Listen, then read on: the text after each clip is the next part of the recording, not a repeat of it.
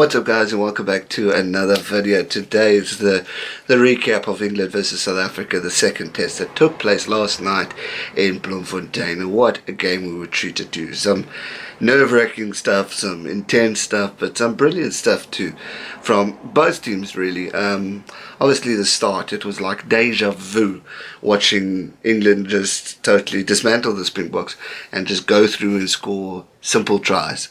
The defence was poor, tackles were missed, and tries were scored, and credit to England at the start of the game on how well they played. Then unfortunately it just got a bit too much for the boys. England, firstly, just from my take of the game, they weren't looking there. They were looking miserable. They weren't looking synced as a team. Obviously when they did something right, they went berserk and they jumped up and down, and you could feel the electricity within the team. But then, like, Owen Farrell seemed very miserable the whole game, didn't seem to agree with Poit and all that jazz, but and he just didn't seem focused. He just seemed grumpy and whiny and all that stuff, which is sad because that man is a great player, and he, to me, maybe, I don't know if he's the right man for the captaincy job, because when a team's down and out, you need to be able to build your team, regroup the team, just like South Africa have done in the past 2 weeks.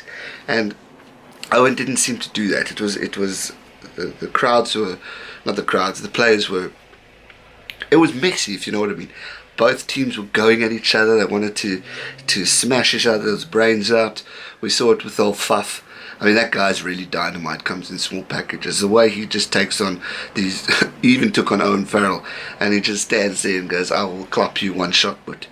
And it's quite entertaining to watch, but it's sad because you want to see these teams gel. You want to see the players really give it their absolute all in a rugby match. You don't want to see them tempered and fighting and just looking for things to go at each other about, because at the end of the day it's two quality teams giving it their all, playing for their country, playing for the pride, the passion, and that's all we as fans want to see. And it's always sad to see the fight, but it happens, and it sometimes gels a game. It makes it even better because the intensity is so high.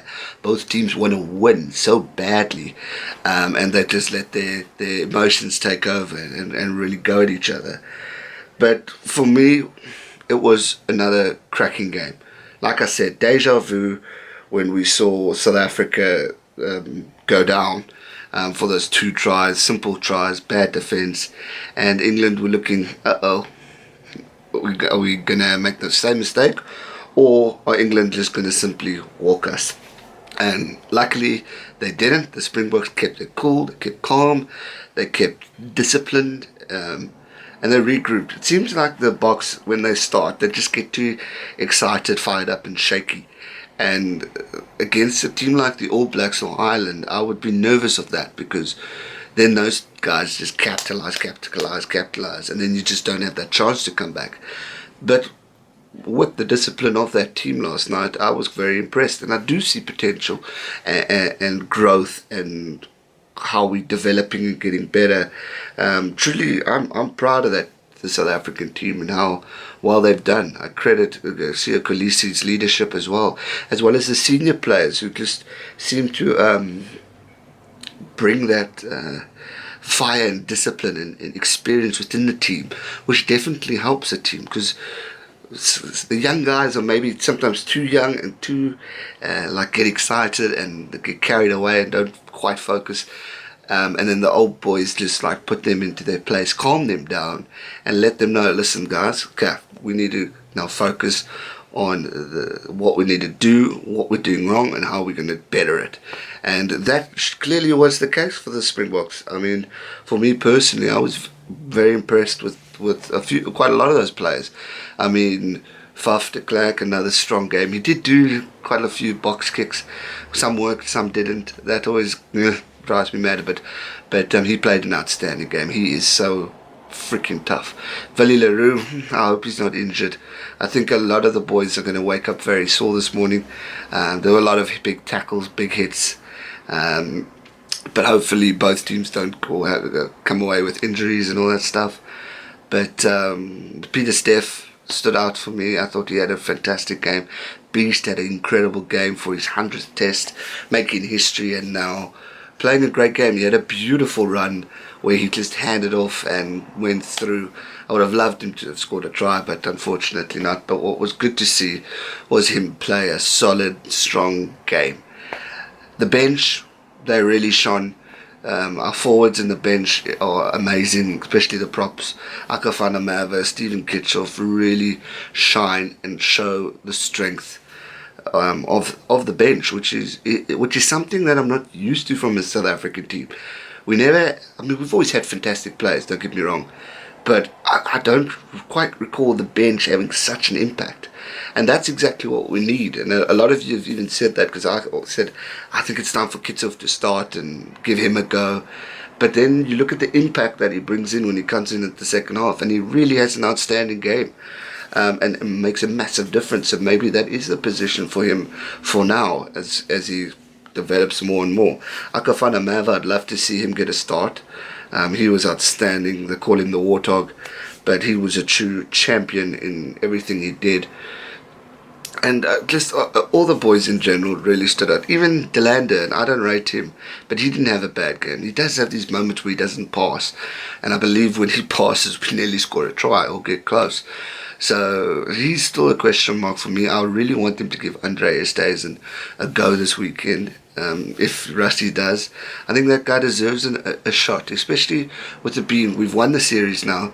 Let's have a little bit of fun and experience a bit, and see what those guys that shone against Wales, sadly weren't many, give those guys a chance and let them take over. Van Sail, the man who I forget his name, yeah, he still makes me nervous. I want a more experienced scrum half coming from the bench, but he's young, he's new. Maybe he just needs time to develop, and he'll hopefully get better. But at this rate, I mean, Fafta Clark, whoa, what a scrum half! Truly a little dynamite, and it's so exciting to watch him.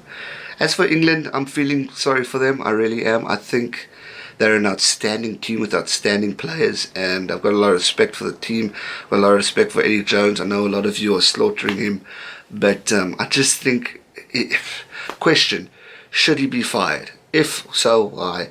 And isn't it too soon before the World Cup?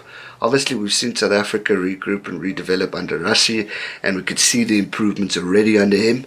So maybe is that what England need? We've just seen it. If you guys watched the FIFA World Cup, Spain fired their coach, but look what that's done. They've just gone and lost to Portugal. So it's very interesting. It's very different. But for me personally, I'd keep Eddie going. Yes, they peaked too soon, but they've got fantastic players, and quite a few of them aren't even in the team. So I think we need to just be patient, give them time, let them regroup and redevelop. And who knows, we might see a cracking game from the English, because they do have a fantastic team on paper. I know Eddie's already made a comment. We'll win the third test. We'll have to wait and see. But really, from me, congratulations to the Springboks and to the team, to the coaching staff, to the management. It's so good to see South African rugby on the rise again. There's a lot of work that still needs to be done. We've got so much that we still need to grow and develop and work on. Some of the issues that we have within, and silly mistakes that we make, we need to work on those. But every team's got issues. So it will be interesting to see. But I'm proud of where we are, proud of the position we're in. We're number 3 in the world, which is unbelievable. I'm so proud of that stat, and well done to the Boykies on that. And I hope we can make it a whitewash. Anything is possible, but we'll save that for the predictions video, the final one. Yeah, I'm getting depressed now. The final predictions video. But that's going to do it for my recap of today's video. What a game. Well done to the Springboks. English fans, just don't take it too much on your team. Remember, we've all been through this stage where our team's battled. Yes, it's 6 consecutive losses, but you'll bounce back. I know this team's got a great team, and I really reckon they're going to bounce back. So positive thoughts, and one test to go. Who knows what's going to happen? But for me personally, I hope we give you a little whitewash. but we'll have to wait and see. And that's going to do it for today's video, guys. I hope you enjoyed it. If you did, be sure to hit that thumbs up button, and if you haven't already, hit the subscribe button and join me on the journey, and also hit the bell icon so you can keep up to date and get a notification when I upload future videos. New Zealand, Australia still to come. It's been a busy weekend, but it's time to catch up. Thanks so much for watching. Have a great week. Stay safe and never give up. Cheers.